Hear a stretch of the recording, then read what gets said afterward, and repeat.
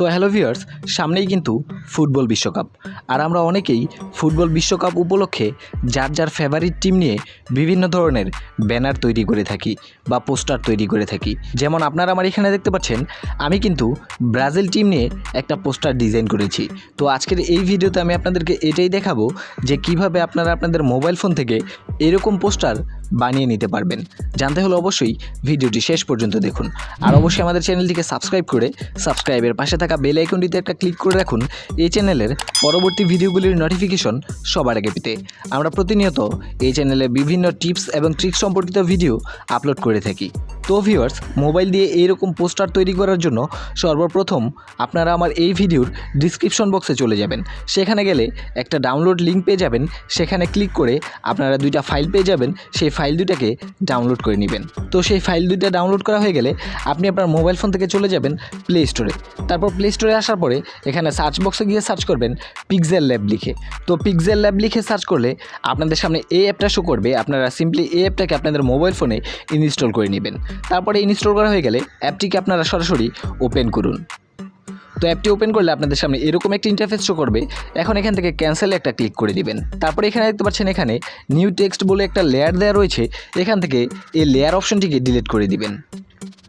তারপরে এখান থেকে যে উপরে দেখতে পারবেন এখানে একটা 3 ডট মেনুর অপশন দেওয়া রয়েছে, এখানে একটা ক্লিক করে দিবেন। তারপরে এখান থেকে ইমেজ সাইজ বলে একটা অপশন দেওয়া রয়েছে, এখানে একটা ক্লিক করবেন। তারপরে এখানে দেখতে পাচ্ছেন ওয়েট 1280 এবং হাইট 1280। তো আমরা এখান থেকে হাইটটাকে 1600 করে দিব। তারপর এখান থেকে ওকেতে একটা ক্লিক করে দিব। তারপর আপনাদেরকে যেটা করতে হবে, আপনারা যে ফাইল দুটাকে ডাউনলোড করেছিলেন সেই ফাইল দুটাকে এখানে ইম্পোর্ট করতে হবে। তো ইম্পোর্ট করার জন্য এখানে যে মাঝের অপশনে একটা ক্লিক করে দিবেন। তারপর এখান থেকে দেখতে পারবেন ইম্পোর্ট বলে একটা অপশন দেওয়া রয়েছে, এখানে একটা ক্লিক করে দিবেন। তারপর আপনাদের সামনে আপনাদের গ্যালারিটি ওপেন হয়ে যাবে। তো আপনারা সর্বপ্রথম এই ফাইলটাকে চুজ করে নেবেন। তারপর এখান থেকে এই টিক চিহ্নতে একটা ক্লিক করে দিবেন। তারপরে যেটা করবেন, এখান থেকে একটু ডান দিকে সোয়াইপ করবেন। তো ডান দিকে সোয়াইপ করলে এখানে দেখতে পারবেন রিলেটিভ সাইজ বলে একটা অপশন দেওয়া রয়েছে, এখানে একটা ক্লিক করে দিবেন। তারপর এখান থেকে যে ওয়েট দেখতে পাচ্ছেন 72%, এটাকে আমরা 100% করে দিব। তারপরে এখান থেকে এই টিক চিহ্নতে একটা ক্লিক করে দিব। তারপর আপনাদেরকে যেটা করতে হবে, লেয়ারটাকে লক করে নিতে হবে। তো লেয়ারটাকে লক করার জন্য এখান থেকে এই লেয়ার বক্সে একটা ক্লিক করে দিবেন। তারপর এখান থেকে এই তালা আইকনটাতে একটা ক্লিক করে দিবেন। তো এখন লেয়ারটা লক করা হয়ে গেল। তারপর আবার এখান থেকে এই লেয়ার বক্সে আরেকটা ক্লিক করে দিবেন।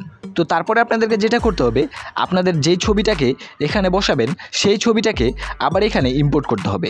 তো আবার ইম্পোর্ট করার জন্য এখান থেকে যে উপরে দেখতে পারবেন একটা প্লাস আইকন দেওয়া রয়েছে, এখানে একটা ক্লিক করে দিবেন। তারপর এখান থেকে ফ্রম গ্যালারি বলে একটা অপশন দেখতে পাচ্ছেন, এখানে একটা ক্লিক করবেন। তারপর আবার আপনাদের সামনে আপনাদের গ্যালারিটি ওপেন হয়ে যাবে। এখন এখান থেকে আপনি আপনার নিজের ছবিটাকে সিলেক্ট করে দিবেন। তারপরে এখান থেকে আবার টিক চিহ্নতে একটা ক্লিক করে দিবেন। তারপরে এই ছবিটাকে আপনাদের পছন্দ মতো যেখানে বসাতে ইচ্ছা হয় সেখানে বসিয়ে দিবেন। তো আমি এই ছবিটাকে মাঝ বরাবর বসিয়ে দিলাম। তো আপনারা চাইলে এই ছবিটাতে স্ট্রোক অ্যাড করতে পারেন। তো স্ট্রোক অ্যাড করার জন্য এখান থেকে একটু ডান দিকে সোয়াইপ করবেন।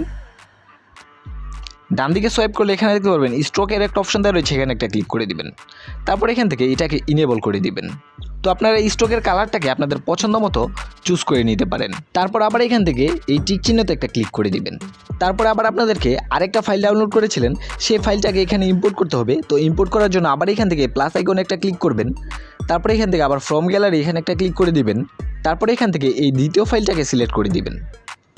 তারপর এখান থেকে আবার এই টিক চিহ্নতে একটা ক্লিক করবেন। তারপরে আবার এই ছবিটাকে টেনে ধরে একটু বড় করে আপনারা এটাকে নিচে বসিয়ে দিবেন। তো এখন কিন্তু আপনাদের কাজ কমপ্লিট। আপনাদের পোস্টারটা কিন্তু অলরেডি তৈরি করা হয়ে গেছে। তো এখন জাস্ট আপনাকে যেটা করতে হবে, এই ছবিটাকে আপনাদের গ্যালারিতে সেভ করতে হবে। তো গ্যালারিতে সেভ করার জন্য এখান থেকে 3 ডট মেনুতে একটা ক্লিক করবেন। তারপরে এখান থেকে এক্সপোর্ট ইমেজ বলে একটা অপশন দেখতে পাচ্ছেন, এখানে একটা ক্লিক করে দিবেন। তারপরে এখান থেকে কাস্টম এখানে একটা ক্লিক করবেন।